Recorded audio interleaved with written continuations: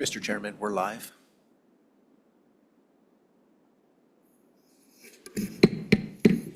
Okay, we will call the meeting to order. This is your Corporations Committee. Matt, will you please take the roll?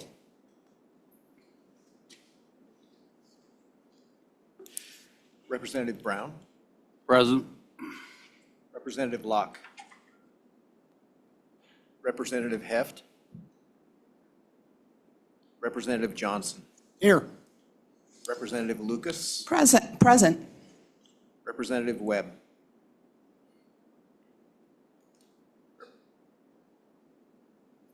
Excused. Thank you.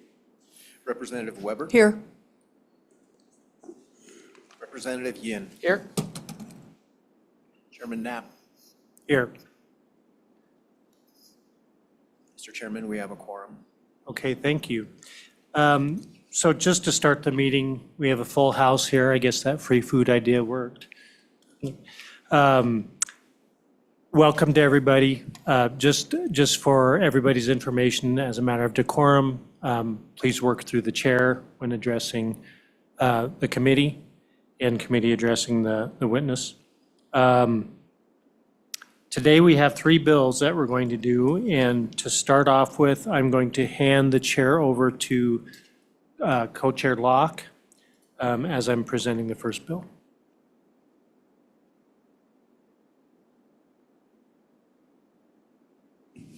Thank you, Mr. Chairman.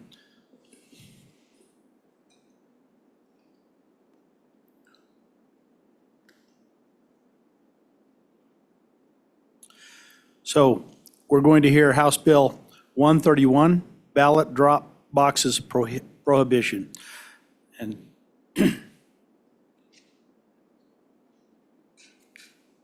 Mr. Chair, please proceed. Mr. Chairman, thank you. As often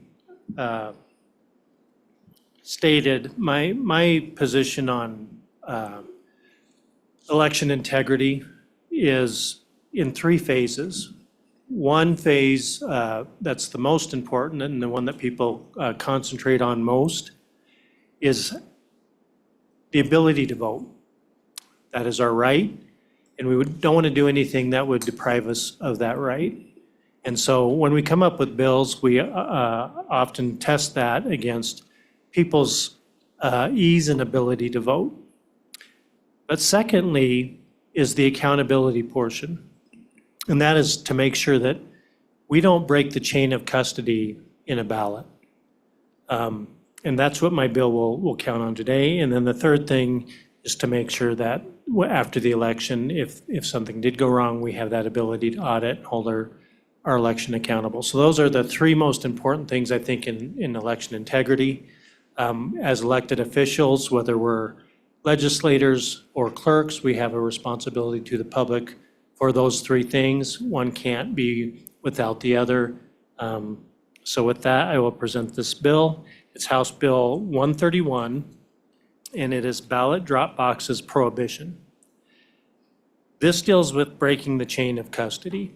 As you know, throughout the U.S., there's placement of drop boxes where people can turn in their ballot to a clerk's office via a drop box. And the problem with that is sometimes you'll have a drop box, and we'll probably hear in testimony, some people have a drop box where you train a camera on it to make sure that nobody's depositing more than one vote or stuffing the box. But in our statute, there is no such thing as a drop box. It's not defined in our statute. And so this bill basically makes it clear that returning a ballot gets hand-delivered to the clerk. You can use the post office for absentee, and that's something that's allowed federally. But in the case of returning a ballot to our local officials, that should be handed in to a representative of the clerk. And so for the purpose of this, it will start on page 1. It's a short little bill.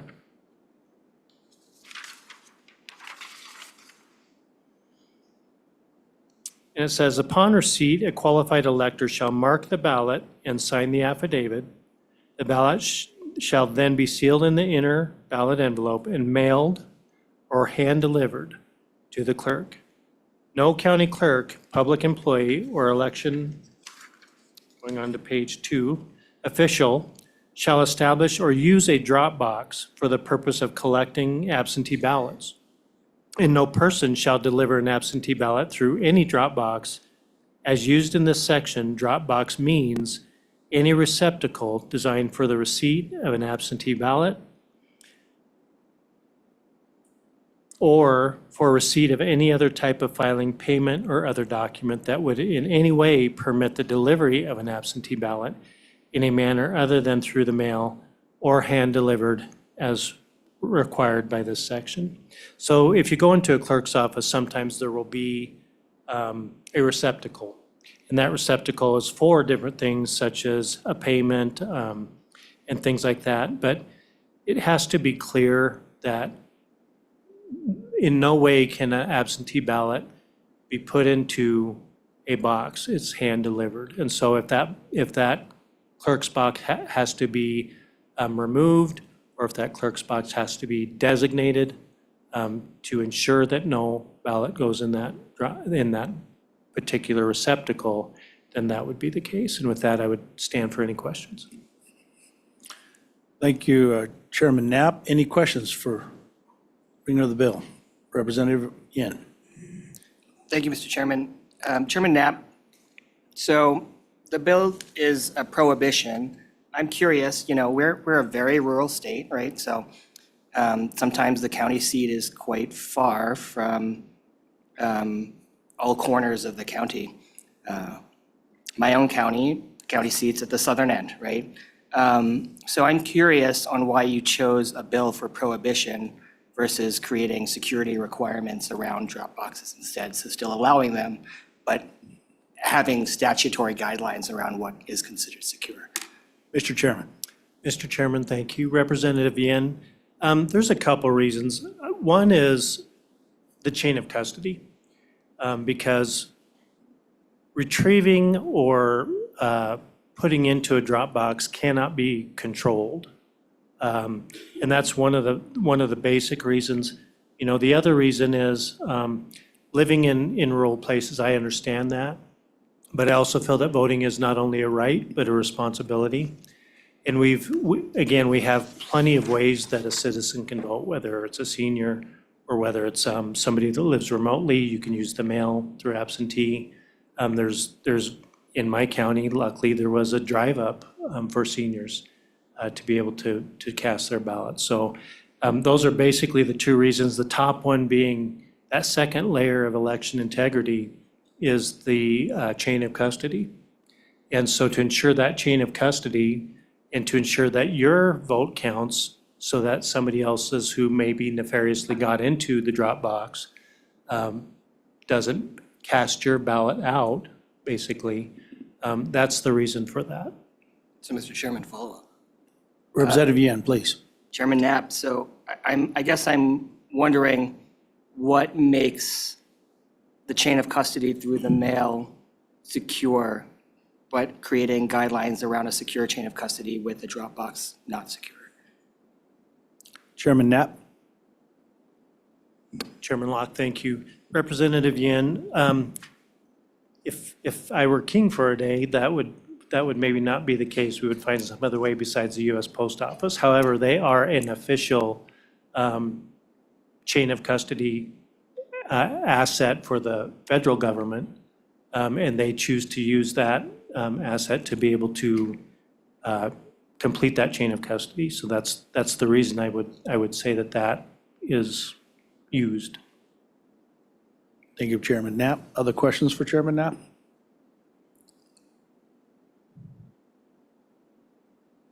Okay, if no other questions, Thank you, Mr. Chairman. we'll move on to the department.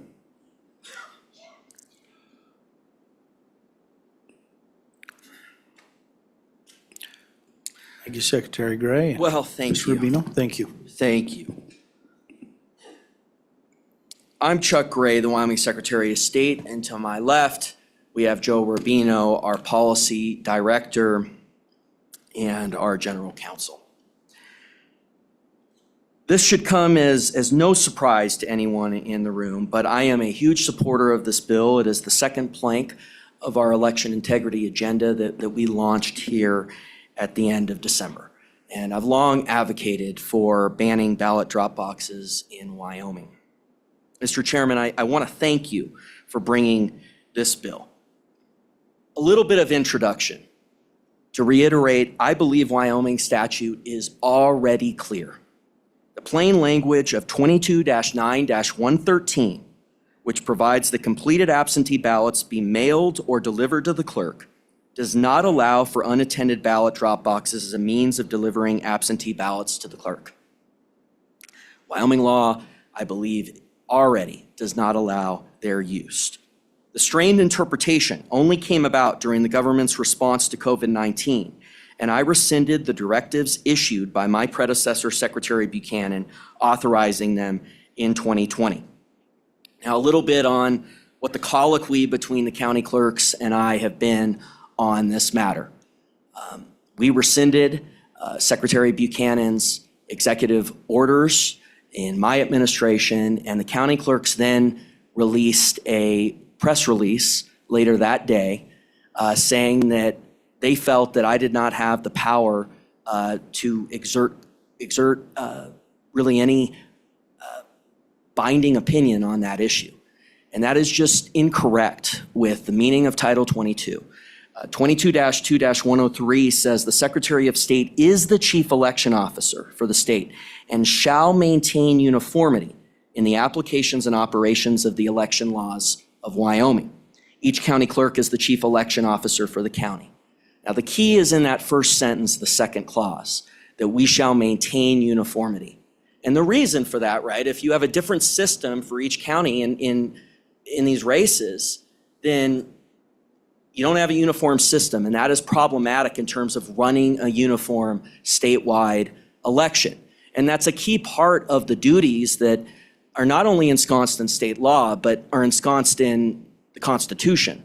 The fact that when a territorial governor was appointed, a territorial secretary of state was appointed, and that office ran the elections to maintain uniformity for the territory into the state when we achieved statehood. And the way the statute's written supports that construction, because the statute gives a few instances between, I believe, 5 to 7, where it says that county clerks can exert a certain level of quote unquote local control to basically circumvent uniformity. Method of tabulation is very clear. That is in the hands of the county commission. Polling place locations, that is in the hands of the county clerk. Poll books, that is in state law in the hands of county clerks.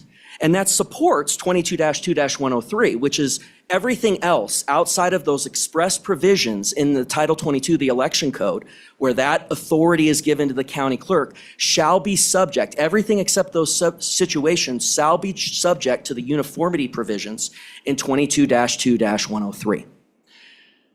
But the problem is with that press release and the county attorneys that are backing up that interpretation in, I believe, almost every county, it basically does away with the authority of our office in maintaining uniformity, because the county clerks are saying they can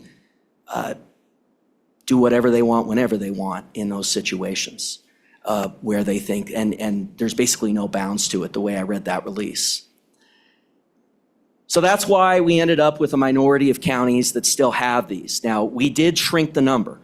Park County and Sheridan County removed theirs after we rescinded the directive that Secretary Buchanan issued. Now, they later said that it was for other reasons than, but we had a communication with an individual that since was fired in Sheridan County that, no, it was because of the security concerns with these drop boxes that the Sheridan County one was removed. The Park County one, there was some colloquy about the parking lot being redone or something. But the reality is we have made progress on this. 2 counties did remove their drop boxes. But because of this strained interpretation and the fact that the clerks feel they do have the authority and they're and their county attorneys are supporting them on that. And unfortunately, the AG, because they serve at the pleasure of the governor, getting them to enforce the law has been problematic because the governor has staked a pretty strong position that he is in support of these. It's been challenging to remove them, and they really are a legacy of COVID. So that's why we need this bill, which is a very clear prohibition. And boy, did we work on this language. You know, the chairman did a great job on this language to make sure that it's very clear that these are banned. And I think it is very clear there. As Wyoming Secretary of State, I remain convinced that the use of unstaffed and unattended ballot drop boxes is not secure or the best means for our state. Just to give a couple of vignettes that I observed in statutes which still allow unstaffed ballot drop boxes. For example, during the 2024 election in Montana, a significant incident highlighted the vulnerability of ballot drop boxes when an individual employed by the Democratic Senatorial Campaign Committee, who was since terminated from this position, was caught on video tampering with the drop box and appearing to tear it off the wall in Glacier County, Montana. In Oregon and Washington, the FBI investigated fires set to ballot drop boxes during election periods, which threatened to destroy submitted ballots. These deliberate acts of sabotage underscore a critical vulnerability of unattended drop boxes, their physical security. And then, of course, the New Jersey incident that we saw over the last year. Together, these incidents illustrate the inherent risk posed by relying on drop boxes, which could undermine public trust in elections and compromise the secure handling of ballots. Banning ballot drop boxes would eliminate these vulnerabilities, ensuring that ballots are returned through more secure and regulated channels, such as direct submission at election offices or via the U.S. Postal Service. Now, let's go into that argument because, you know, speaking first is, in a way, exerts some disadvantages, but we've kind of seen the argumentation over time on the individuals that want these. So just kind of thinking about pushing back on those arguments. One is the mail, which was alluded to earlier. How is this any different than the mail? Well, I do believe that there are a number of distinguishing factors between ballot drop boxes and other authorized means of submitting a ballot under 22-9-113, which is hand delivery and mail. The use of a postal system, while exhibiting some security issues, has an entire enforcement arm, the United States Postal Inspection Service, which is dedicated to investigating irregularities in delivery. They have a whole arm focused on that, with attorneys and infrastructure in looking into these issues. Ballot drop boxes don't have that. I don't even get the footage. So we have the footage going to one individual, which is really counter to the checks built into the election code in Title 22. Unattended and unstaffed ballot drop boxes are especially vulnerable in terms of physical safety, and I will say are especially vulnerable for attacks of terrorism on people exercising their right to vote. Also, Mr. Chairman, I do not believe the people of Wyoming want ballot drop boxes in our state.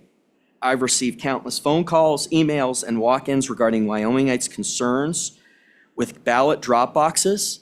It was a defining, I mean, you want to think about our campaign for Secretary of State in the primary, which was a very, very vigorous primary. The defining issue was this one. The difference between candidates, in my opinion, was I was very clear that drop boxes should be banned, and the other candidate took a different position.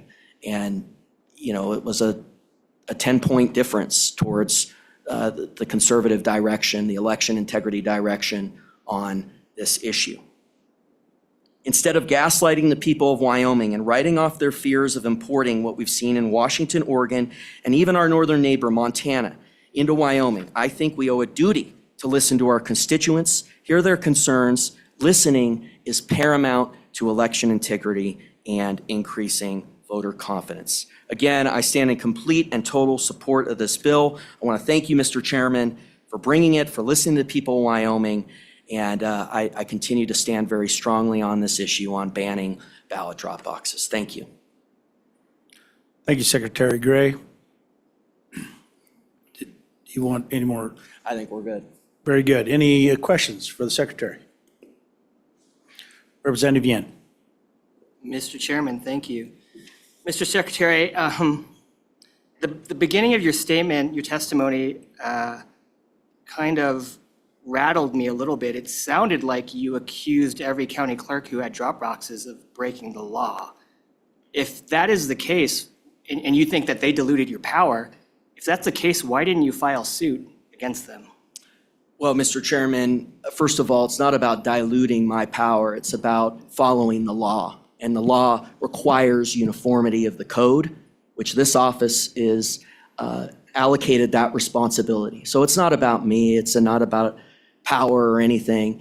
It's about following the law. And I've been very clear that I do not believe they're authorized by the law. The Attorney General, who is tasked in state law with representing the state, not in amicus briefs, little caveat there, but in litigation, which is what this would require, declined to take any action on it. And again, the Attorney General has a conflict, being that they serve at the pleasure of the governor, who's been very clear on his policy position on this. And look, I think that there is a bleed over, which I think is unfortunate. I mean, if your boss has taken a clear stand, you know, I think it does affect the analysis on this.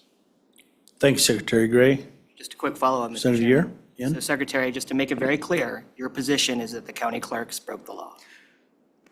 Mr. Chairman, I do not believe ballot drop boxes are authorized by 22-9-113. That's what I believe. And I've been very clear on that. I don't know, you said you were rattled. This has been in statements, probably 7 to 10 statements during my time as secretary, and goes back to our campaign and even my time as a legislator, that they're not authorized by law. Thank you, Now- Secretary Gray. Mr. Chairman, this isn't personal for me. This is about the law, and this is about what it allows. And it requires uniformity in 22-2-103. And it places that interpretation with the office, which is chosen by all the people of the state. It is one of the 5 statewide electeds that are elected. Secretary Gray. Any other questions for Secretary Gray? Representative Lucas. Thank you, Mr. Chairman. Thank you, Mr. Secretary, for being here today. We appreciate your time. Have the county clerks, or I assume they're the ones that have the video that you said that you can't review. Is it at the county level? Secretary Oh, Gray. thank you, Mr. Chairman, and Representative Lucas. Thanks for that question. I believe because there's no, they're not authorized by law. So issuing guidance for something not authorized by law is problematic. And so each county has kind of done their own thing. You know, I go back to my campaign when I was at a town meeting, I think it was in Hudson, and Julie Freese shows me, Clerk Freese shows me her phone and says, I get a ring ping every time someone is at the ballot box. I think that's the way Fremont does it, that they have some sort of ring camera or motion censored camera, maybe it's not ring, that I guess in theory issue some sort of ping to the phone of either the county clerk or maybe somebody else. Are there any sort of checks on that? No, which I think is in the spirit of Title 22. How do we know that the ring camera or whatever motion censored camera is being used in Fremont County? How do we know that it's picking up? I mean, you know, a lot of people have ring cameras. This is technology, okay? It can make mistakes. How do we know it's picking up every motion censored thing? Well, then in that case, the question is, are they reviewing all 24 hours of footage for, you know, the whole period of, and I would be surprised if they watch it all day. But I think every county's handled it differently. And so I think that's a question for them. I think we have most of them here today. And so I do think that they have handled this very differently. And yeah. Thank you, Mr. Secretary. Follow up? Yes. Thank you, Representative Lucas, Mr. please. Chairman. Mr. Secretary, so then it sounds like you have not been reassured with procedures, written procedures, or logs of review, or even a guarantee that equipment works. Mr. Secretary. Oh, I apologize, Mr. Chairman. Thank you, Mr. Mr. Chairman and Mr. Vice Chairman and Representative Lucas. I'm not, there's been some public records requests that I've been CC'd on.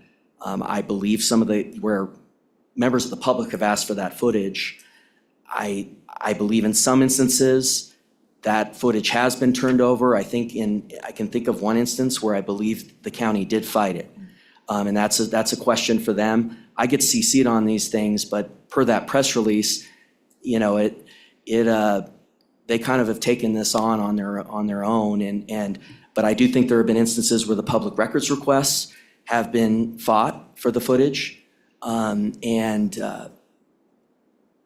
think, and I'm not clear what the procedures are. Again, issuing procedures for something that is not authorized by statute would be a violation of my oath. And so I'm not, it's not authorized by law.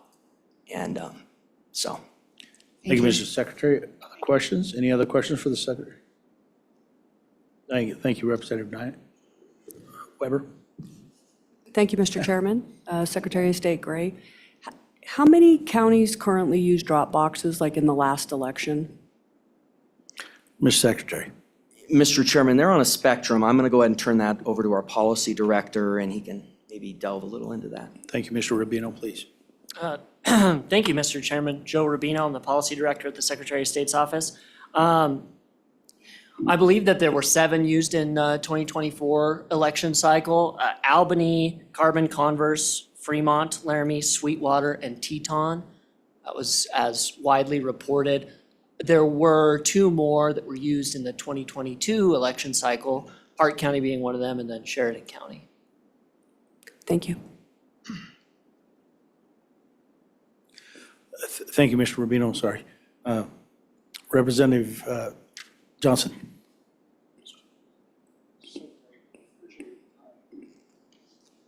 Appreciate your time here.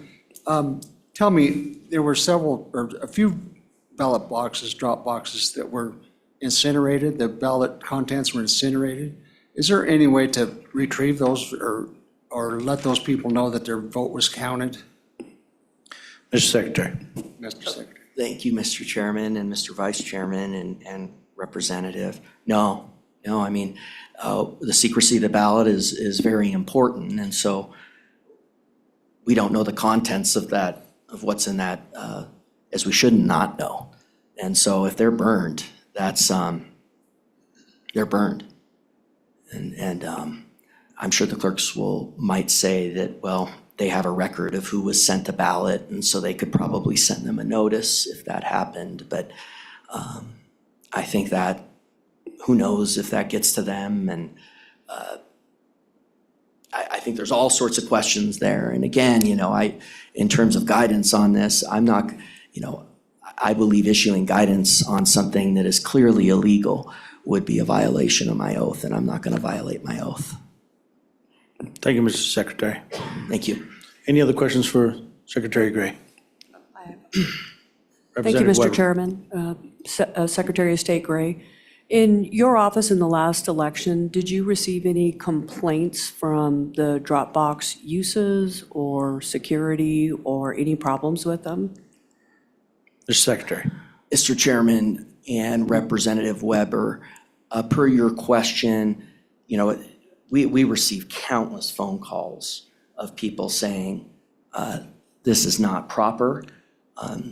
We were on a number of public records requests, at least I was. I don't know, I monitored public records requests for the footage of those drop boxes that got quite heated. Individuals that were saying, look, why won't the footage, we've been told that there are cameras, where's the footage? And let's see the footage. I do think in some instances the footage was turned over. I believe there was one where it was not, but I did get, and that may have ultimately been resolved. Obviously, that's a county matter because it was a county public records request, not a public records request with our office, because they hold the footage if there is any. But I was on those and was really disturbed by, the reason why I wanted to start with this, and I think the committee is going to delve into this later on with a couple other bills, it has been very difficult to achieve compliance with the election code when you have a position from county clerks that basically we can't achieve that compliance. And then the question is, well, what's the point of the uniformity provision and having a chief election officer for the state if they're going to say everything is local control unless Title 22 says it's not? But again, Title 22 is the opposite. It says that the provisions, first you need to have uniform application of the law, and the law does not allow drop boxes. But then also you have uniform application of the code when the code is silent, of election administration when the code is silent, which is why we're giving the authority to issue directives, which is why when Secretary Buchanan during COVID decided he wanted them, he issued the directive that started this whole nightmare. And so it's the position of the clerks has been really problematic in achieving, and not just in this setting, but achieving compliance with the code, especially when you have an AG that has not been, not wanted, in my opinion, to exert enforcement on it to the fullest extent. Thank you, Mr. Secretary. Any other questions for Secretary Gray?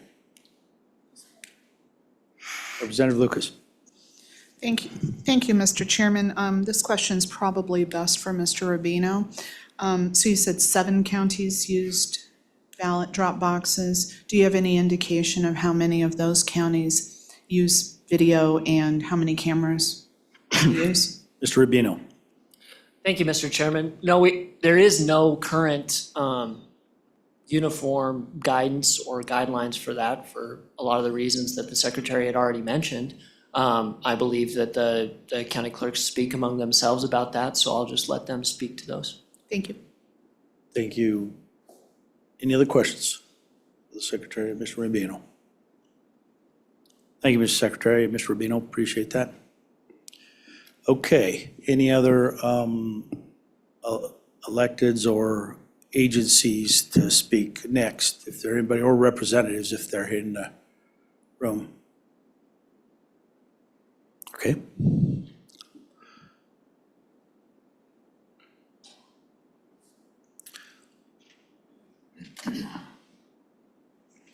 Thank you. Thank you, Mr. So, Chairman. and everyone, please, names fairly slowly and clearly to make sure we get everything covered. Thank you so much.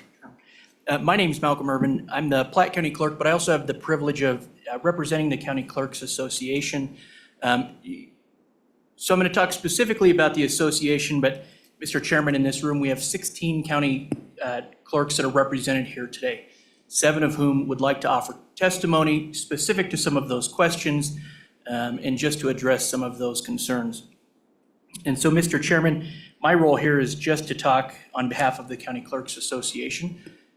First off, I want to congratulate all of you on your victories and serving on this committee. It's a big lift, and so I hope you know we appreciate it. We'll work alongside you a lot, and so we look forward to strengthening that relationship.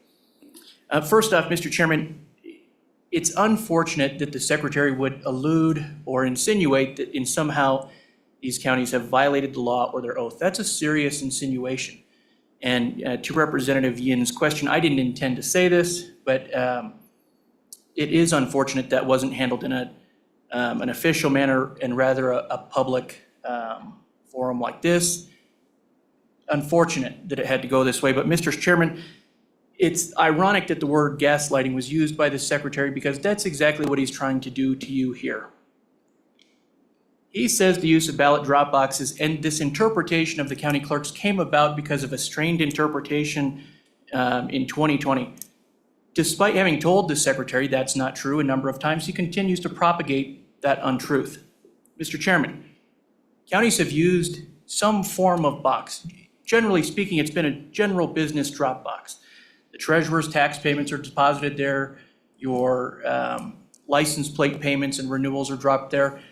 And since at least the 90s, from anecdotal evidence, counties have utilized those to a certain degree to accept absentee ballots. So at least 30 years, 3 decades worth of that interpretation, Mr. Chairman. And so this was not a response to 2020, not a response to Secretary Buchanan's directives. In fact, those directives were the first time that any security requirement was put on ballot drop boxes. It required there was a single drop box at the county courthouse, under light, under camera, under supervision, and then it outlined certain requirements for collecting ballots.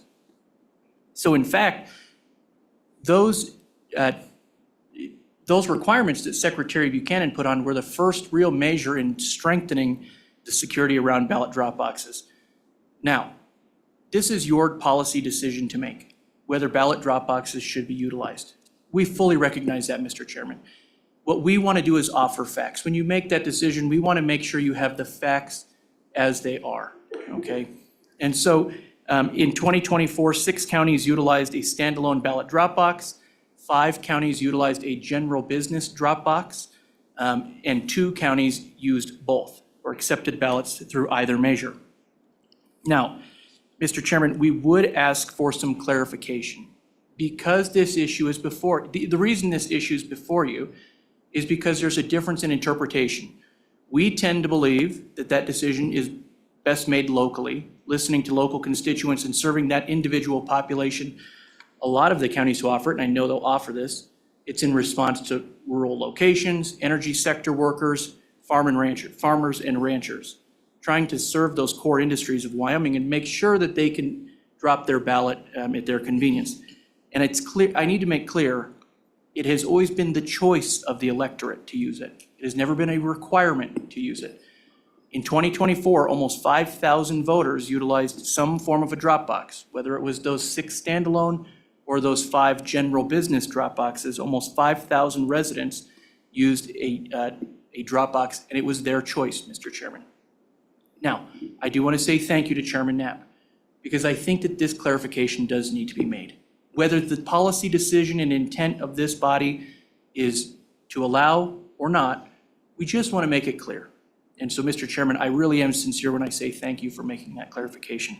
We have 6 pieces we'd like clarified, just to make sure we're not in this room in 2025 or 2027, or 2026 or 27, excuse me, talking about this issue because there's a strained interpretation. So number 1, when it says hand delivered to the clerk, we interpret that to mean the clerk, a deputized member. In fact, Chairman Knapp said representative of the clerk. And so, Mr. Chairman, we would just make sure that that extends to our election officials as well. In some counties, they stand up an absentee polling place or have temporary staff who aren't deputized members but are sworn election judges. We want to make sure it's okay that those folks receive that ballot. So we'd ask for that clarification, Mr. Chairman. Number 2, and I think Chairman Knapp has alluded to his intent, but we want to make sure that a box within the office is not permitted. So the elector collects or requests their absentee ballot, goes to the hall, they issue it, vote it, come back. Do they need to get back in line, deliver it to a clerk, or is a receptacle in that office where they can deposit it in that receptacle? Is that okay? We just want to make sure we're clear on that so that we don't have any strained interpretation. Number 3, Mr. Chairman, is the general boxes for business. Of course, if we receive one in that box, if this bill passes as is, we would reject those absentee ballots, of course. But what we want to make sure is there is no remedy or way for us to contact that voter and say, hey, voter X, we received your ballot, you're not allowed to use this ballot drop box. Currently in the absentee ballot statute, we have to receive the first one and we would reject it. And so that voter would not be afforded a second opportunity. If that's not your intent, we want to make sure that's clear, Mr. Chairman. We do our best as county clerks to make sure that if somebody submits a ballot that the envelope's not signed, we track them down, hey, let's get your vote counted. Number 4, mailed to the clerk. Does that include couriers like FedEx, UPS? We believe it does, but we just want to make sure that's your interpretation as well and not strictly the United States Postal Service. So does mailed to the clerk include a courier? On that vein of or train of thought, if the mail is delivered across the hall to the treasurer or the assessor or some other office within the courthouse, that postal worker included that ballot, they shouldn't be expected to know this, that which office it goes to or who. If the treasurer brings it over to us, do we accept that ballot? It wasn't mailed to us or hand-delivered by the elector to us. Is the intent that that would not be counted? If it is, we just want to make that clear, Mr. Chairman. And then the very last one, and I appreciate you letting me ramble for so long. But the last one is, we don't believe this applies to mail ballot elections for special districts. And so just, I think a verbal cue potentially from the sponsor would be sufficient, but just knowing that this is not intended to apply to those special district elections where it's done by an alternative means, which is allowed in statute and rule. And so, Mr. Chairman, the County Clerks Association does not have a position either for or against this bill. That's your policy decision to make. But when you make it, we want to make sure you have the facts you need to make that decision. And Mr. Chairman, I would stand for any questions, but a number of my colleagues I know would like to offer their specific information about how their county's implemented, if you would allow. Thank you, Mr. Irvin. Any questions for, well, maybe what we should do, would it be better to hear some of your folks and then ask questions? Would that be acceptable for everybody? Would that work okay? Or do you guys want to go with the committee? Okay, we'll go ahead with a question, but what we'll try to do is to hear a few and then ask questions rather than try to do this too piecemeal. So go ahead, Representative Brown.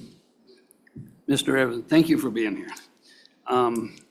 So I would like to know what Wyoming statute or election code grants you the right to use these drop boxes?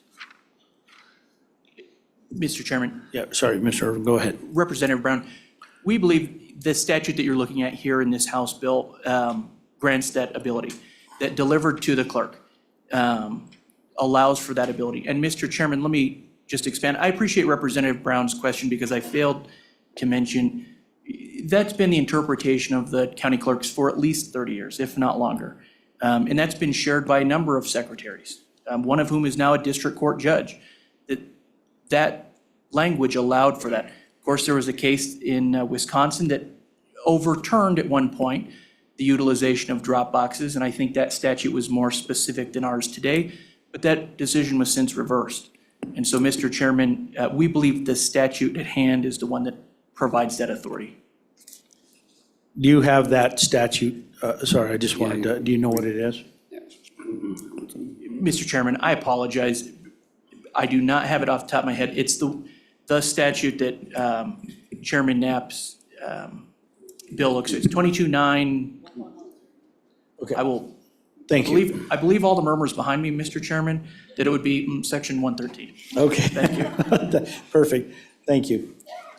So any other questions or why don't we, if it's okay, we'll just move, or sorry, Representative Yen, did you have a question? Yeah, Mr. Chairman, just briefly, can you repeat all 6 of those again? Because I got maybe 4 of them, right? I got box in the office, yes or no, special district elections, yes or no.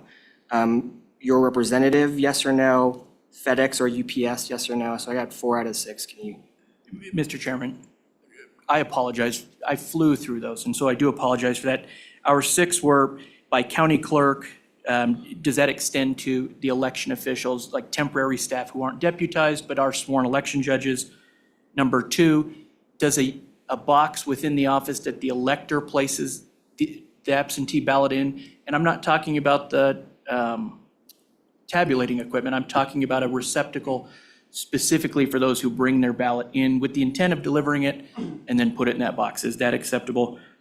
3, the general boxes for business, are we allowed to contact those voters and letting them know and then issuing a subsequent ballot? Currently, we do not think that's allowed. Number 4, if the mail is delivered to a different office and that office would then bring that ballot to us, accept it, yes or no.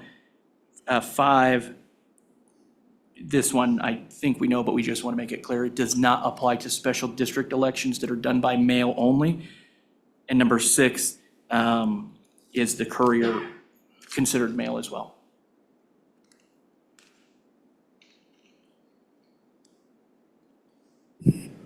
Thank you for that clarification. So if we can proceed to the next county clerk. Mr. Chairman, I am Lisa Smith, Carbon County Clerk, and I'm a newly appointed county clerk, but have been the elections deputy in that office since 2006. And I'm just here to provide some facts and procedures that Carbon County has been following for the use of our absentee ballot drop box. The Carbon County Clerk's Office has utilized a multifunction drop box since 2016. So we have allowed for those treasurer payments. We have attorneys dropping off recording documents and items like that, but we have also been allowing absentee ballots delivered to us. Since that time, although other offices, those customers do utilize that box for other departments, we maintain control of that drop box. Our office, the county clerk's office, is the only one that has keys or access to that drop box. It's adjacent to the building. We have 4 cameras with 2 separate security systems, and all recorded footage is reviewed daily. So anything that is captured, it's not a 24-hour running tape. It's motion censored, so it's recording when there's motion, even if it's a deer. So that footage is actually reviewed by the county clerk daily, and a log is kept. And in addition to that, those recordings and footage is backed up to our IT department and to the sheriff's department for additional security. For the chain of custody portion of our ballot drop box, staff in the office have signed an election drop box policy that we've all agreed to.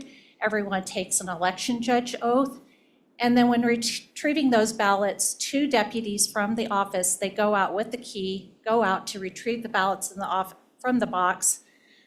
They fan out the ballots to show if there was 5 ballots being retrieved, so that all camera angles can see how many ballots are being retrieved, taken into the ballot, or into the clerk's office, to the elections department where there's additional cameras.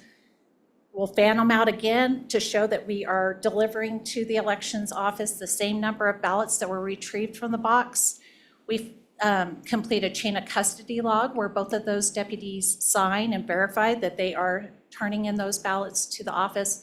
And then the election deputy in the office is checking those into the voter registration system, and then they're locked away until it's time for those to be processed. I will say that out of the 2,100 absentee ballots returned for the 2024 general election, we had 151 returned via the ballot drop box. That's a very small amount, but we do have a lot of mineral workers in our state, a lot of shift workers. So I believe some of those individuals are definitely utilizing those. It's not a requirement. We don't even really advertise that a ballot drop box is available, but people are used to it because it's been happening for quite some time. They know it's available, and those that are comfortable using it have been utilizing that.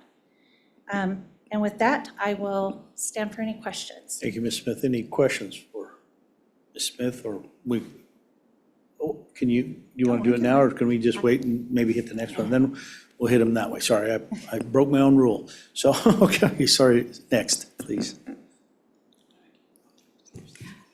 Thank you, Mr. Chairman. My name is Karen Rimmer. I'm the Converse County Clerk.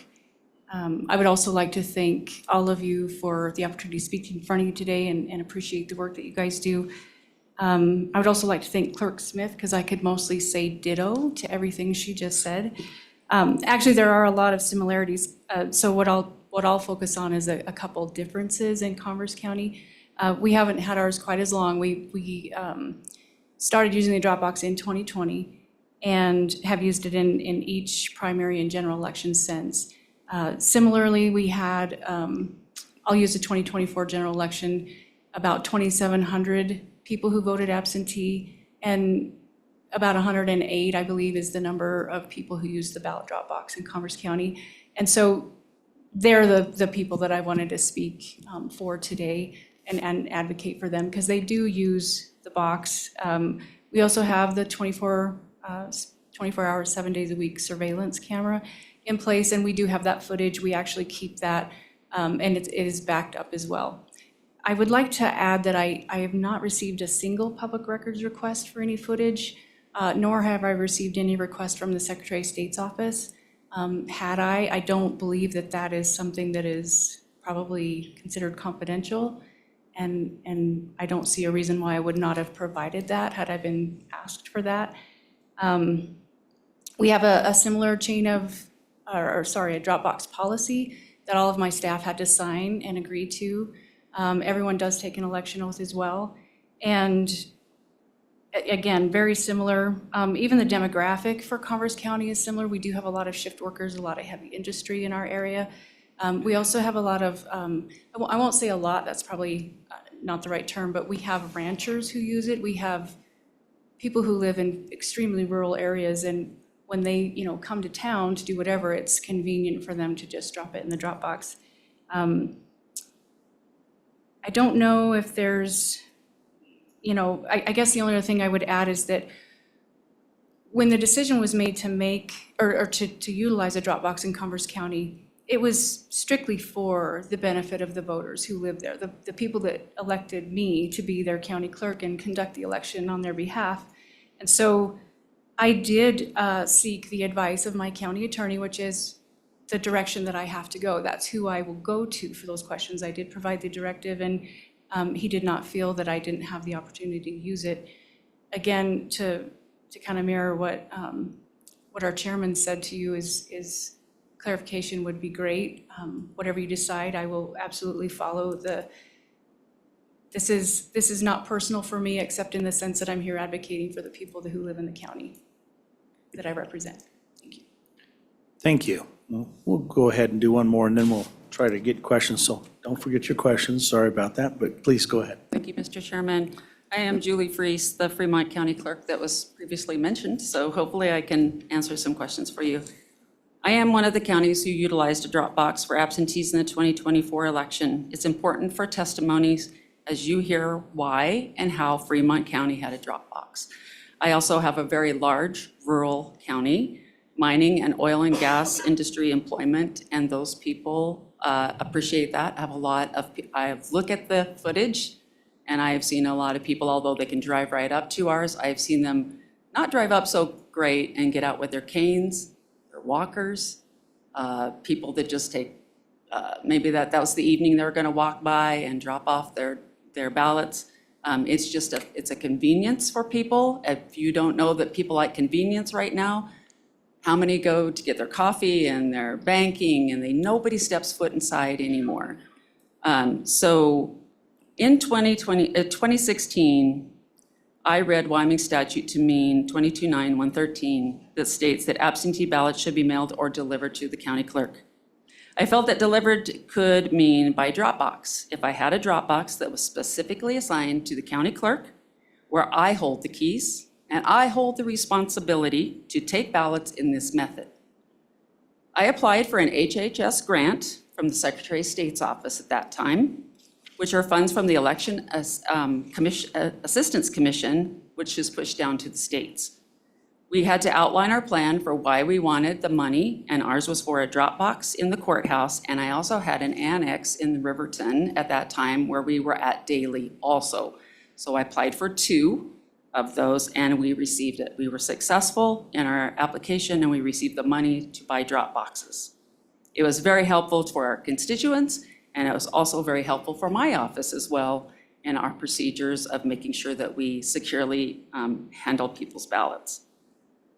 I do want to say, I wasn't going to say it, so I added it for those of you who have my whole list here in front of you. I did add here, I did send an email to Secretary Gray, because we did have a conversation, heated as it was, at Waco one year, about, when I don't mean Waco, Texas, I mean the Wyoming Association of County Officers Association.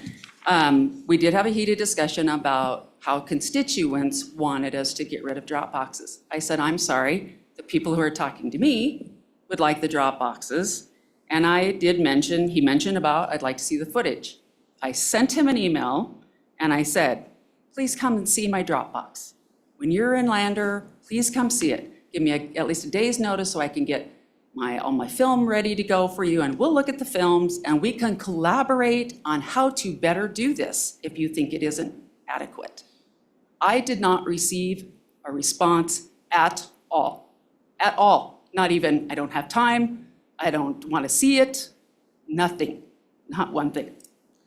In 2020, with COVID in the picture, a directive from the Secretary Buchanan stated that if we were to use drop boxes, not everybody used them, we needed to do so under his strict guidelines, which had to be outlined by the Secretary of State.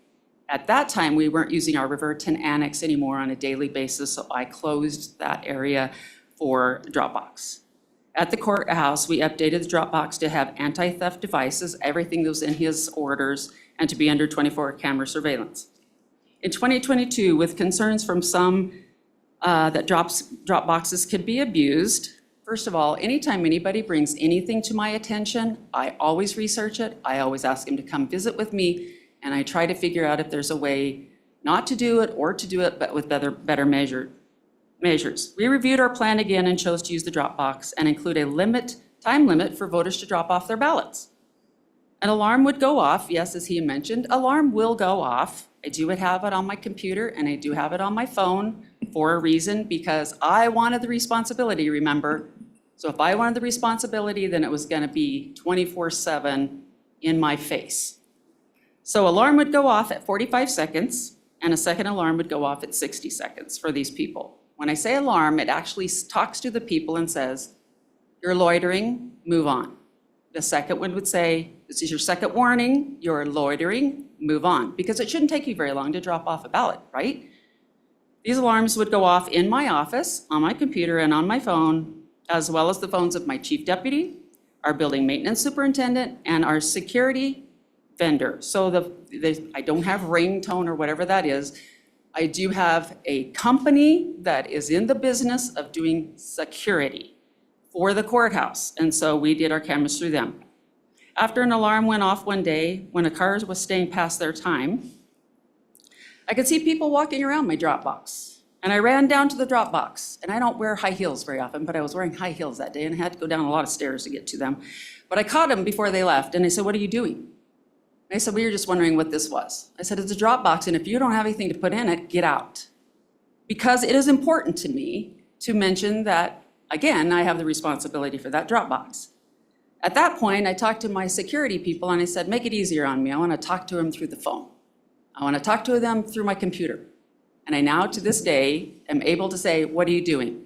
Do you have a problem? I'm calling the law enforcement if you don't move on.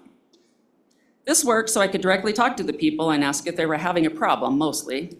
Now, I wasn't as successful for a random deer that would come up and decide that was a great place to rub on in the middle of the night, and when my husband wondered why I was answering so many calls about a deer standing by my Dropbox. New laws from 2023 legislative session reduced absentee voting time from 45 days to 28. And we felt the use of Dropbox might be used more with this significant reduction in time to return them, and with concerns from many about mail service in Wyoming. Additional measures I made was to reduce the size of the hole of the box to accommodate only one ballot at a time, and also make it extremely difficult for you to put some kind of something in it to light it on fire. Tested those things. I also added another warning. So now at 45 seconds is stated, you're loitering, please move on. The second one, 15 seconds later, that says, this is your second warning. And the third one says law enforcement or the authorities have been called. I could have added law enforcement to that. I didn't, because I didn't think it was necessary, because again, I could talk to them through there and I could call 911 from my phone. 2024, Secretary Gray sent a memo stating his strong disagreement with having drop boxes. He did not say I was breaking the law. He did say he had a strong disagreement with doing that. There was no absolute demand that we were not to use them. I took the directive and my opinion of the statutory language of deliver to the clerk to my county civil attorney, who agreed with my interpretation that deliver meant my Dropbox setup and policy was on its safety and use of the Dropbox. I also had support from the county commissioners. Counties who had decided to continue their use of the Dropbox drafted and agreed to use a Dropbox policy, which we used, all of us, in 2024.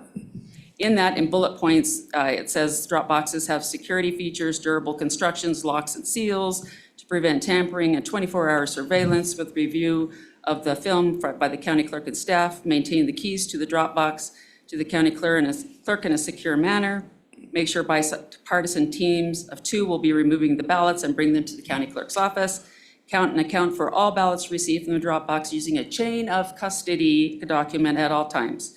These were the minimum requirements we all agreed to follow. Clerk Freeze? Yes. If we could Yep, I'm sort just of, about done. Yep. thank you so much. I know we have others to speak. Yep. And in 2024, 22 and 24, I had a hotline set up. People could see if their ballots were received. I also took pictures of each voter as they put their ballot in the drop box. I have never had any issues with missing ballots or other problems with the drop box. So I'm here to tell you that all statutes will allow for varying interpretation, and without a lawsuit to figure out who's right, we all have an opinions. And as a duly elected county clerk in Fremont County and as the chief election officer, I made the decision that since we had a very robust system, I would take the responsibility to provide this option to our voters. Every voter would have the option to mail, come into the courthouse, or use a secure drop box to make sure their ballot was accepted and counted. I do want to answer on the incinerated part is because I do have pictures, I do have plate numbers of everybody who dropped off their box, and I can actually look those up and give them a call, let them know their ballot was maybe burned. Thank you, and sorry for a long. Thank you. Any questions for the clerks that are there now? Representative Weber.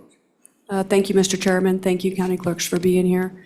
I have a question since the 3 of you all have drop boxes. How have you provided for the safety of any of the clerk staff that would go down and remove the ballots? For the safety of the staff that would remove the ballots? Mr. Chairman, Yep, Representative please. Weber. So in our case, well, I think not all of us, 2 people always go down there on camera. Again, I have my cameras up all day long as I'm doing stuff in the office. And so they're doing it together. It's in broad daylight twice a day. That's my answer. Agree, same. We usually also have some kind of presence from our sheriff's department in the building also, which is also reviewing all video and camera footage inside and outside the building. Any other questions for the clerks? Representative Johnson. Thank you, Chair. I just have one question. Did you ever consider having your office open 24/7 during the election? I mean, and the amount of money you spend on a drop box, I mean, wouldn't it be easier just to have a clerk there 24/7? I'm just curious. I mean, that would be absolutely secure.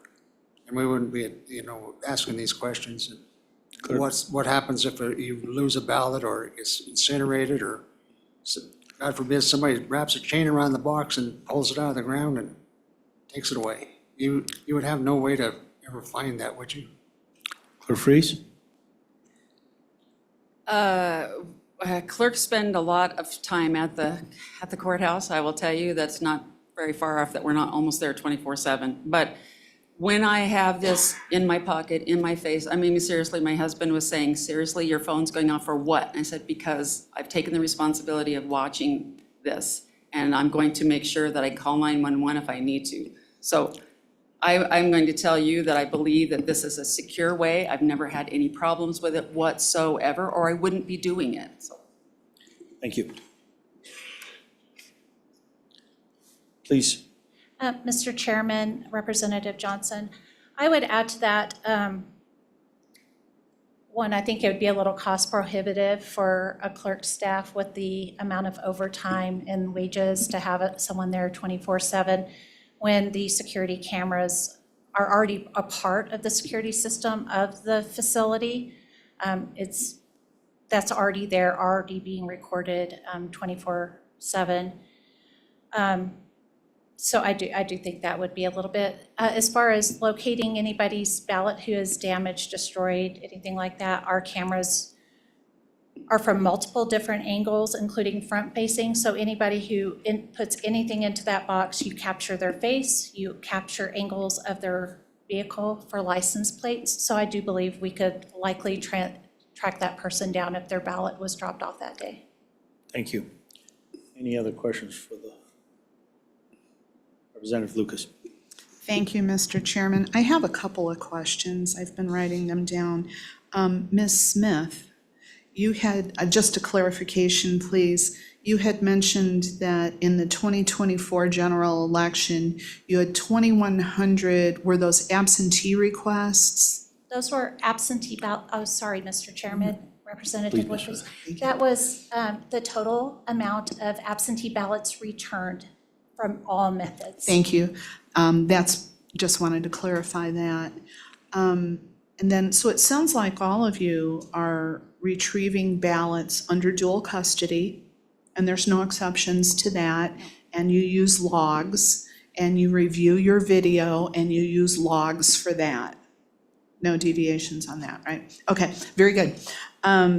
Ms. Freeze, you had in your narrative here said counties who had decided to continue their use of Dropbox drafted and agreed to use a Dropbox policy. Was that all the counties in Wyoming, or if you could just clarify that for a moment, please? Mr. Chairman, Freeze, Representative Lucas, so we do have a Dropbox policy that was sent out, and it says anybody who wants to have a Dropbox in 2024, can we all agree to uniformly do it the same? And actually, it came from Carbon County, from our now Commissioner Bartlett, sending that out to all of us. She drafted it, we all agreed to it. Is that what we have here? No, this is Oh. a different piece Oh, of paper, but okay. I'd be happy to leave it with your staff, and if they would like to copy it for you, I have no problem giving that to you. That'd be amazing. Representative Lucas. Yeah, thank you, Mr. Chairman, sorry. And then just, if you could clarify, you have bipartisan teams of 2 will remove ballots. I just never thought about bipartisan, so if you could just clarify a little bit on that. So we in our county also do early voting, which means they're putting it, oh, sorry, Mr. No, Chairman. it's okay. No Representative problem, Lucas, no I'm trying to problem. hurry for you. We have early voting going on at the same time, at the 28 days. And so we hire election judges to work that for us. And so we had one of those people over there go with one of our staff. And then while they're out, one of our staff takes their place in early voting, and they would go out twice a day. We always try as hard as we can to get one Democrat and one Republican, or at least an nonpartisan or whatever, just so that it's different parties that are going out with us. Thank you. Thank you. You're welcome. All right. Are there other clerks? And please be quick. I apologize. I've probably allowed it to go a little long, but.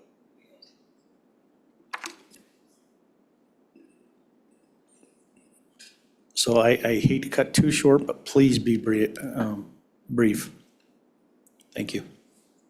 Mr. Chairman, Deborah Lee, Laramie County Clerk. In the 2022 through 2024 elections, nearly 6,000 Laramie County voters chose to return their absentee ballots to the clerk through the drop box rather than use the federal post office. In the 2024 general election, 36% of those returning absentee ballots chose to deliver those ballots to the clerk through the drop box. That represented 2,077 ballots, not an insignificant number. To bring this a little closer to home, nearly a third of the 2024 general election ballots that were delivered in the drop box were from constituents of Representative Brown, Johnson, and Lucas. We have security measures that far exceed those of the federal government's mailboxes, as was mentioned by my colleagues, video surveillance, chain of custody, etc. Clerk Irvin referred to the courier services issue, which was not covered in the bill, and this is very significant because most legislation across the country, courier services are not considered mail because they're private vendors. And we in Laramie County, I can speak for myself, we do receive quite a number of ballots by courier services. These are primarily from military voters, and we are a military town. So this issue needs to be addressed. I will also point out that every election, we receive ballots that were timely mailed by voters long before the election, and we receive them after the election. This is a problem. These are votes that cannot be counted. And with that, Mr. Chairman, I Thank will you. yield to my colleagues. Thank you. Mr. Chairman, my name is Cindy Lane. I am the Sweetwater County Clerk. Sorry, can you say your name again? Cindy Lane. Cindy Lane, sorry. Thank you. When considering House Bill 131, I believe it is important to recognize the individual needs and expectations of each county, as county clerks have historically made decisions based on the specific circumstances and demands of our local communities. Sweetwater County, as a mineral-rich county, has thousands of shift workers working 12 to 14-hour days, not including their commute and the time that it takes to get to extremely remote locations. Our secured absentee ballot drop box offers a safe and secure avenue for those who cannot make it to the courthouse and who do not choose to use the mail service to deliver their ballots to the clerk. Since 2022, 1,134 legally registered voters have chosen to cast their ballots in Sweetwater County via the drop box. This is 1,134 Sweetwater County constituents who say yes to keeping the choice of using a secure ballot drop box, while I have received only a handful of messages indicating the unhappiness with one or to ask to discontinue. Please consider the uniqueness of each county when making your decision on House Bill 131, and allow the decision on the use of absentee ballot drop boxes to remain within the local control of registered voters. Thank you. Mr. Chairman, Tracy Good, Natrona County Clerk. With the introduction of this bill, I am guilty of having a drop box as well. Natrona was not on the list. However, since my employment with the Natrona County Clerk's office, we have had a ballot box that has sat at the end of our election counter since 1992. That means those ballots are dropped into a receptacle and are not hand-delivered to me. In this past general election, over 32% of our absentee ballots received, which was over 13,000, were dropped in this receptacle. Again, it's not your typical drop box as you're thinking, as it's not sitting outside of the courthouse, but it is in the county clerk's office at the election department at the end of the counter. So I'll make it brief. Thank you for your time. Thank you. Right, any questions? Representative Brown. Ms. Lee, I'd like to ask you, how many people chose to walk into your office and hand those in person? Mr. Chairman, through you. Sorry. I do not have a number on that, Representative Brown, but I believe maybe you were one of them. I was. But I find that interesting that you have the numbers for the drop boxes, but not for the Yeah. people walking into the I office. did not run that because that was not a subject of this bill, Mr. Chairman, sorry. Yep, thank you. Other questions for the clerks? Okay. So, sorry, Representative Yin, Mr. Chairman. missed you there. Sorry, thank you very briefly. Ms. Lane, so I'm thinking you're probably one of the bigger counties by area that has drop boxes. So if you live in Wamsutter and after work you want to drop off, or maybe before work, or on the weekend, you want to take the time to drop off your vote. On the weekend, did you have hours that you were open, or was the drop box the only way that people could vote? Chairman, Representative Yin. Yep, We please. are not open on weekends, so no, the drop box is the way for them to deliver that ballot. You're right, Sweetwater County is very large. I have a polling location that is about 2.5 hours. It's closer to Carbon County than Sweetwater County, and to get all the way to Green River. But I do have people that prefer to do that. When they come into town to shop or to visit relatives, they just drop their ballot off. Okay. Any other questions for the clerks? Representative Lucas. Thank you, Mr. Chairman. Just a couple of quick ones. Ms. Lee, do you have a feel at all for how many ballots were delivered late by the Postal Service? Mr. Chairman, Please. Representative Sorry. Lucas, they are still coming in. Oh, my. They are still coming in, yes. And I will add, in the 2024 general election, on Election Day, we also received 4 ballots that were clearly labeled and addressed for Albany County. We got them in Laramie County. And we also, in the course of the election, we also received ballots for Park County, Goshen County, and I'm not sure, maybe Sweetwater, I'm not sure. Thank you. One more question. That's Thank you, all. Ms. Representative Ms. Lucas. Ms. Good, the ballot box that you have on your counter, is it locked? Mr. Chairman, Representative Lucas, yes, it is. It's locked at the end of our counter, yes. And then the statistic that you gave us of over 32,000, and I believe it was 19,000, was that for a particular time or forever? Mr. Chairman, Thank you. Representative Lucas, the 2024 general election number was we had over 13,000 absentee ballots received and 32%, so over 4,000 was received in the ballot box, as I like to call it. Thank you. Okay. I think at this point, I'd like to move to, thank you all, Mr. by the Chairman, way, for attending. Is there any chance I could just respond to a couple things here? Because there were a couple insinuations, and I just want to be brief. But Thank you, Secretary. Please. thank be- you, Mr. please. Chairman. I want to be very clear. It was really unfortunate from the clerk from Platte County to say that I insinuated a violation of the oath. When I was talking about the oath, I was speaking about my decision not to issue guidance.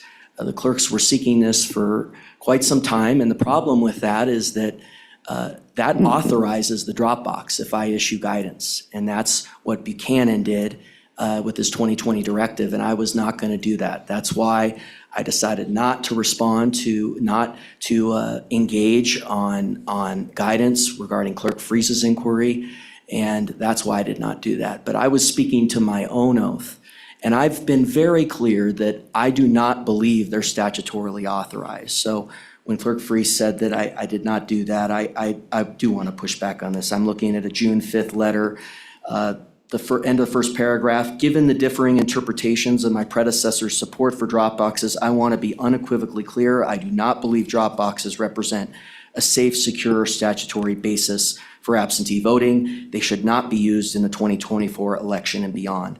I then repeat it in the second paragraph, and then in the next to last paragraph, they say, this provides further legal evidence for why drop boxes are not allowed in statute. So I've been very clear on that. There's nothing new from my testimony, and I've tried to focus on my duty to follow my oath and not issuing guidance on something that is not statutorily authorized. And the problem, the clerks cite past instances where they've done it pre-2020. The problem with that, again, and this is part of the rub you're seeing today, is 22-2-103, which calls for the Secretary of State to have uniform application of law. Now, that's a discretionary statement in state statute, and I think my predecessors decided not to require uniformity with respect to delivery to the clerk. I elected to do that.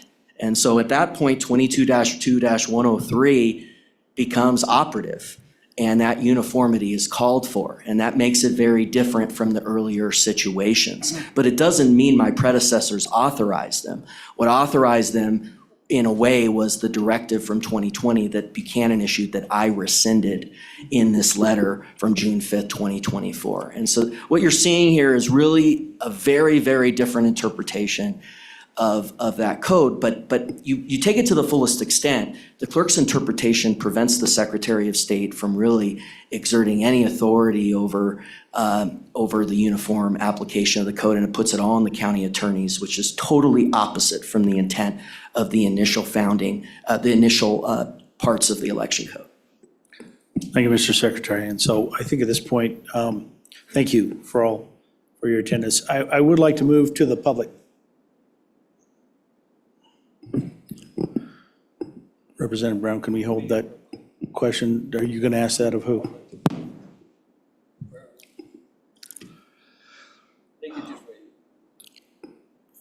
Okay, go ahead and ask your question, Representative Brown. So my question before we move on is to all the clerks. If this bill were implemented, do you have other options that would be manageable, or would this bill be manageable for you? If you could, we'll just let Mr. Irvin answer that question for everyone. So there you go, your answer's there. Thank you. Go ahead, Mr. Irvin. Mr. Chairman, Representative Brown, tough spot to be in, speaking for all 23, but I do want to be clear, if that's your policy decision and the policy decision of the legislature as a whole, yes, it is workable. We just want to make sure those 6 pieces of clarification are made so that we're not in this same situation in a couple of years. That'd be our specific request. If passed, it's workable. As a group, we'll follow up on the second part of your question. Are there some other options out there? I pledge to you, Representative Brown, we will work on that specific question if this does pass as written. Thank you. Thank you, Mr. Irvin. Appreciate that. All right, so please, and I will apologize, I'm asking the public to be very brief, please. And that's not something I like to do, so thank you. Who's first? Representative, Thank you. yes. Thank you, Mr. Chairman. Joey Correnti, I am the Executive Director of Rural Wyoming Matters. We are an informational educational advocacy group in rural Wyoming.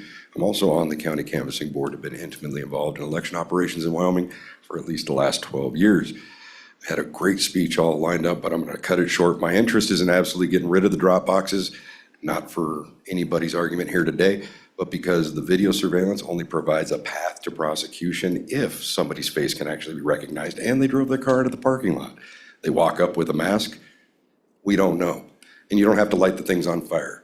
Give me a ketchup bottle, squeeze type from the cafe down the street with acetone in it, you're spoiling those ballots. And we shouldn't be able to identify who's voting those ballots based on the interpretation of voter secrecy and ballot privacy as defined by our Attorney General, whether we agree with that or not. The fix causes another problem, especially for rural voters. So I would like to propose the concept of an amendment. Some of you got it in emails. I'm sorry your Outlook sequestered some of my emails so you didn't all get it. But on line 13, strike the word "the" and change that word to "any." So it would read "any clerk." On line 14, any clerk within the county, the ballot was issued as provided in Wyoming Statute 22-3-104, H Romanet 2. And that is the statute that gives municipal clerks the authority to receive voter registrations and transmit them to the clerk. Municipal clerks already conduct municipal elections in some cases and special elections in many cases. So they already have the statutory requirements for ballot security and how to run an election. And all we're saying is, in order to maintain this, put it in the hand of a person who is sworn to an oath, bonded, and already authorized by statute to do the other half of the voting election integrity and security work, registrations, allow them to do that. That would turn early voting locations from the 23 county clerk's office and the 7 drop boxes we have that are only available at the clerk's office locations to 99 plus 20, 122 early voting locations where you have a person who is responsible for that chain of custody, already performs those kinds of tasks, and my voters down in Bags don't have to drive 90 miles. They can drive 5.5 miles to the next municipality, because we do have unincorporated residential areas in rural Wyoming, and drop it there. With that, I stand for any questions. Thank you, Mr. Crenny. Any questions? Okay, thank you. Please, who's next? I am. So Thank you. thank you, Mr. Chairman. I am Gail Simmons. I am with Civics 307 as well as YVote, which has a mission of all eligible Wyoming citizens being informed voters in each election. I am on and against House Bill 131.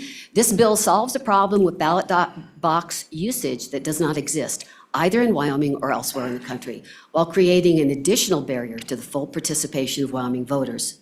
I have 4 points. The first one, reduced voter accessibility, was covered by many of the clerks. The second one is reliance on postal services, and I think the testimony from Clerk Lee well covered the lack of confidence on the speediness of delivery and having the ballots received on time. The next one is lack of evidence for security concerns. Multiple states used drop boxes in the last 2 election cycles without any significant incidents of fraud or tampering. The Associated Press surveyed top election officials in 45 states, and they reported no cases of fraud linked to ballot drop boxes during the 2020 election.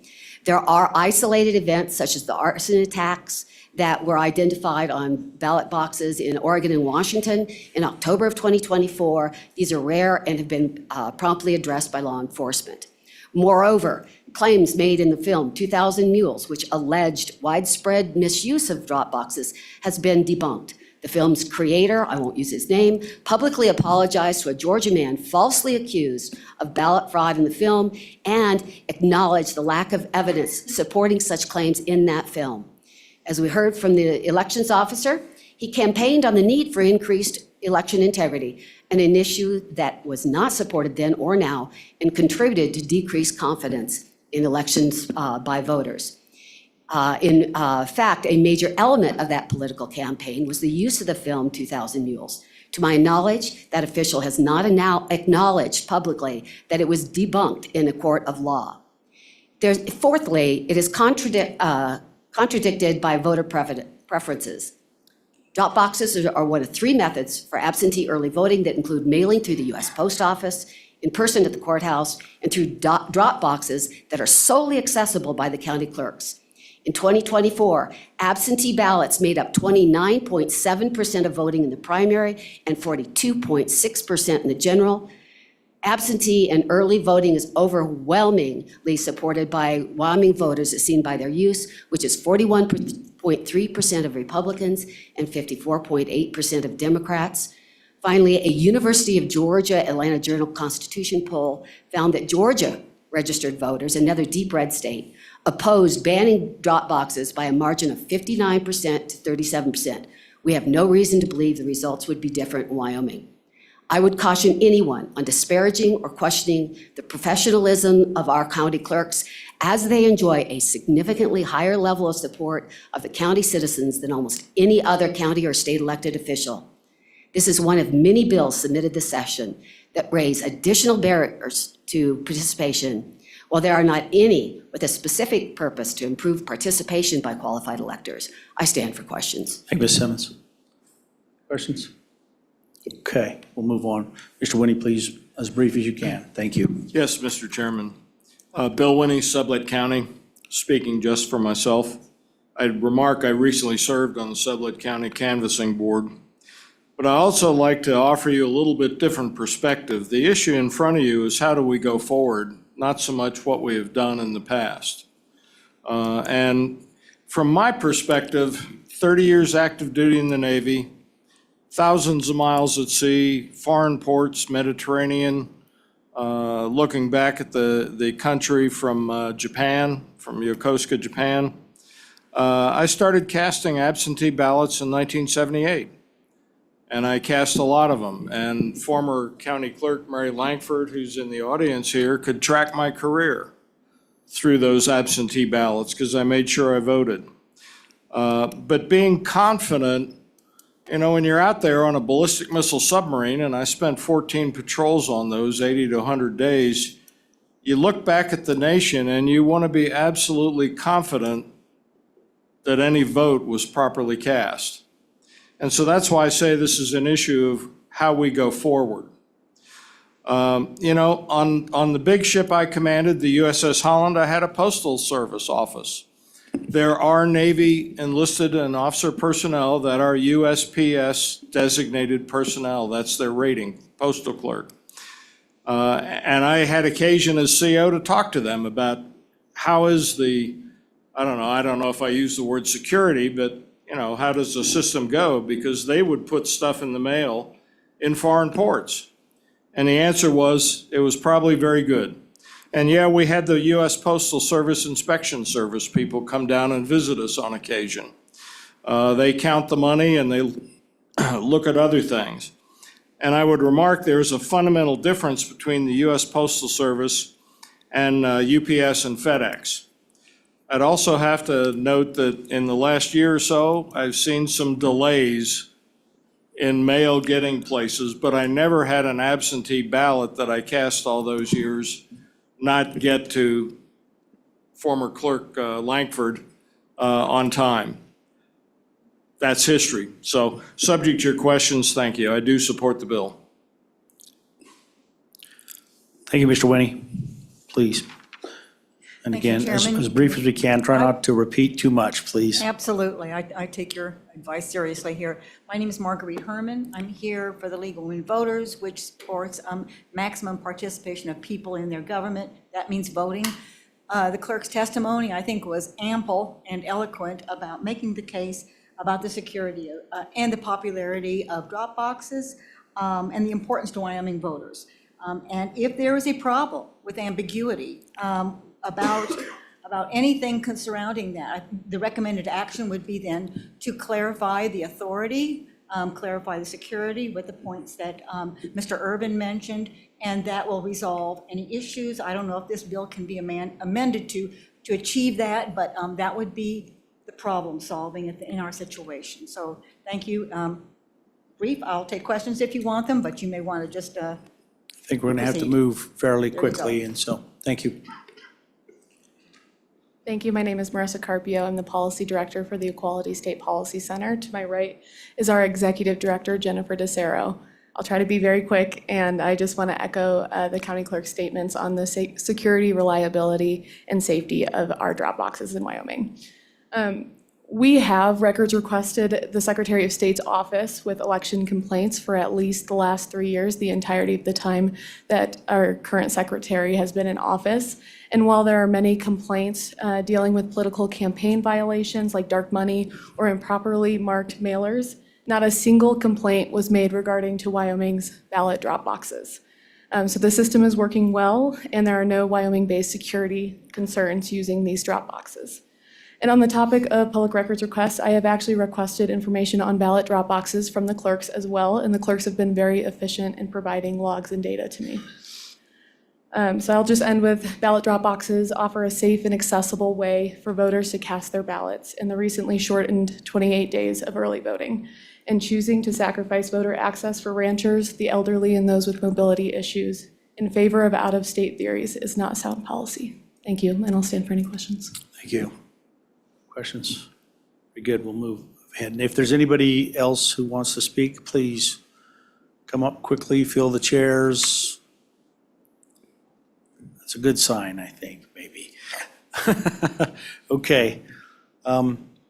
See, any other, at this point, one more request, any other public comment on this bill, on House Bill, and it's now buried under my stuff, so there you go. Got that down. House Bill 131, any other public comment? Then we will close, what's that? Okay. Oh, there's somebody online, I'm sorry. There are people online?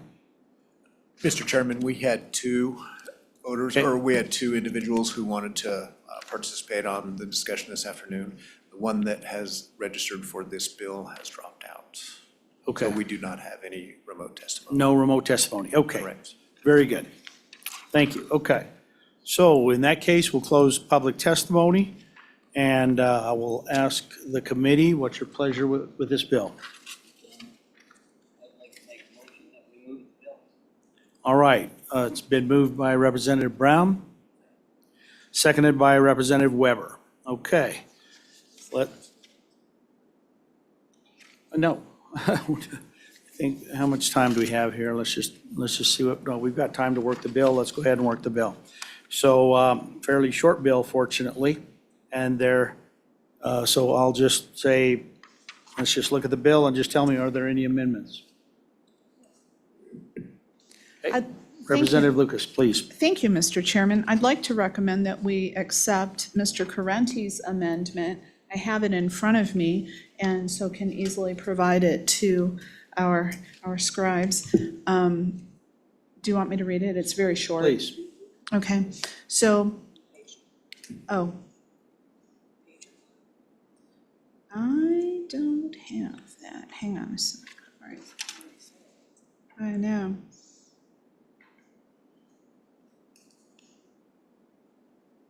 I have that. Bear with me one moment. Sign the affidavit. Okay. Yes, I have it. Page 1, line 13, where it says hand delivered to, line 14, to the clerk. We will strike the on line 13 and add in the word any clerk.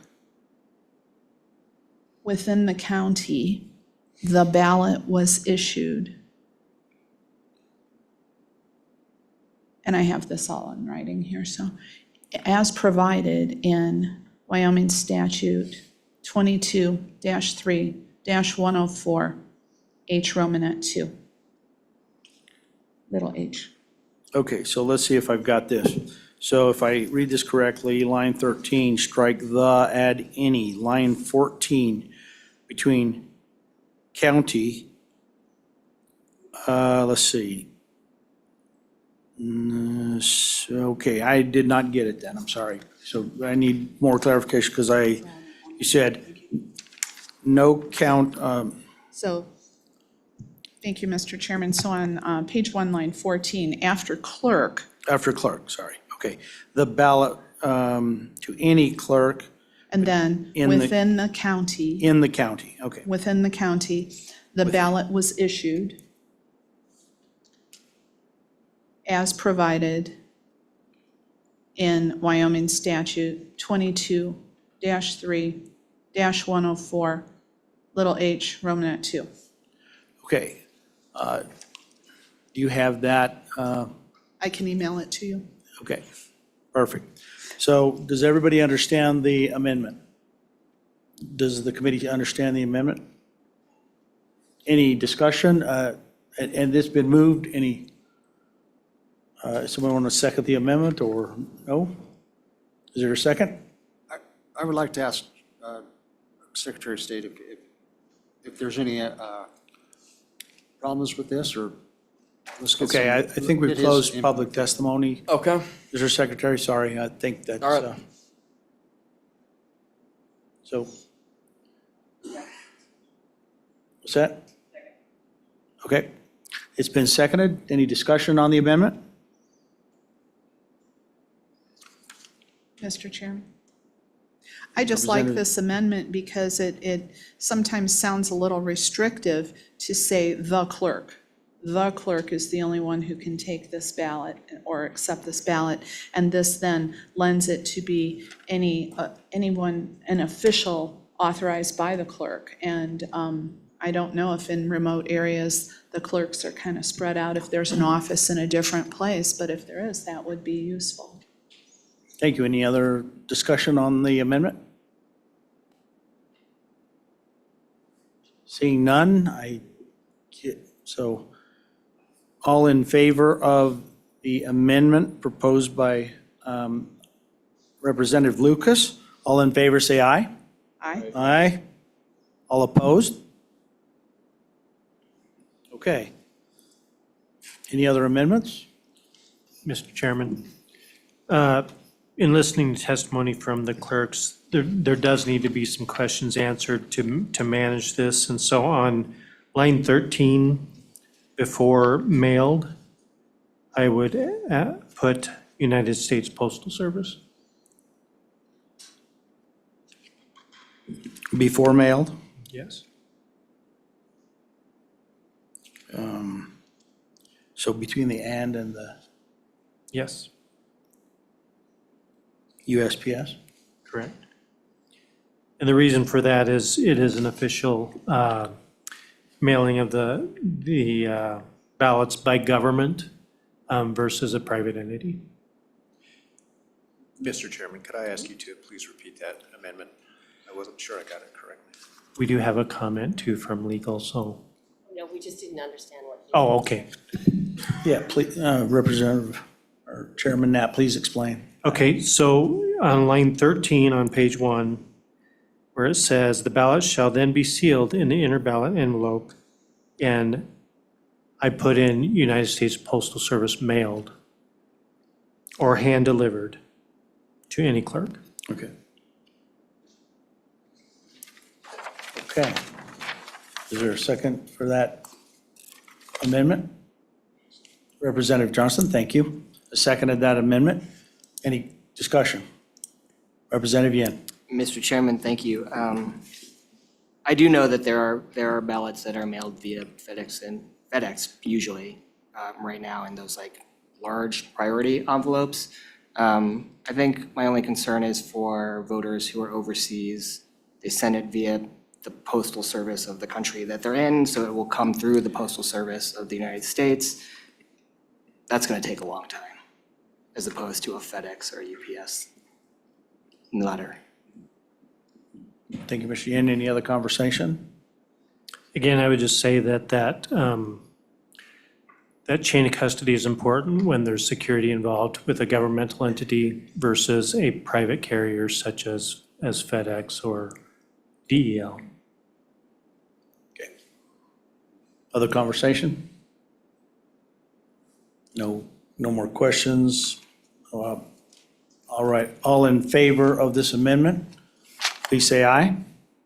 Aye. All opposed? No. That amendment has been approved. Okay. Any other, excuse me? Division? Okay. Let's go ahead and do a raise of hands. All in favor, say aye. Or raise your hands. All opposed? Okay. So that amendment has been approved. Okay. Any other amendments? Okay. Let's go ahead. If you'd please call the roll. Thank you, Mr. Chairman. This is a roll call vote for House Bill 0131. Ballot drop boxes prohibition. Representative Brown. Aye. Representative Locke. Aye. Representative Heft. Aye. Representative Johnson. Aye. Representative Lucas. Aye. Representative Webb. Aye. Representative Weber. Aye. Representative Yin. No? Chairman Knapp. Aye. Mr. Chairman, 8 aye votes, 1 no vote. Okay. So House Bill 131, ballot drop box prohibition, has been approved and will move to the floor. And I will turn over the chairmanship to Chairman Knapp. Thank you. Well, I'm back, and I would like to say one thing that I was remiss in saying welcome to the clerks. I had a long-standing relationship with my old clerk. I have a wonderful relationship with my new clerk. And it is our intent to work together. This committee is the home committee for the Secretary of State. We also are a committee that is for elections. And so we understand the importance of our local elected officials, and we'd like to work in conjunction with you. So what I usually say with any given bill is this is a process. Although this bill passed the committee, we will look at the recommendations of the Clerks Association and weigh those as we go to the floor to debate this. So I appreciate you being here, number one. And number two, I would like to reiterate, we all have pasts, right, with relationships, and most clerks I know are in their positions a very long time because of that faith in what they do. So I would like the decorum to continue to be proper, respectful, and in any election bill going forward, that's my expectation as a chairman. And I expect everybody to conduct themselves accordingly. So again, new world, new relationships, and let's work together to make it right for the public to be able to vote, to count those votes and have those votes be secure, and to be able to audit those votes in the end. So I just wanted to leave that, and I apologize to the other two reps that are here that had bills. We're probably going to have to move those to Friday, Representative Tarver, Representative. With that, any other business before the committee? All right, we are adjourned.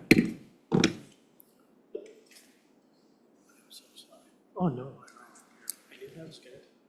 It didn't even fit me, all these audience, because of your, the meetings.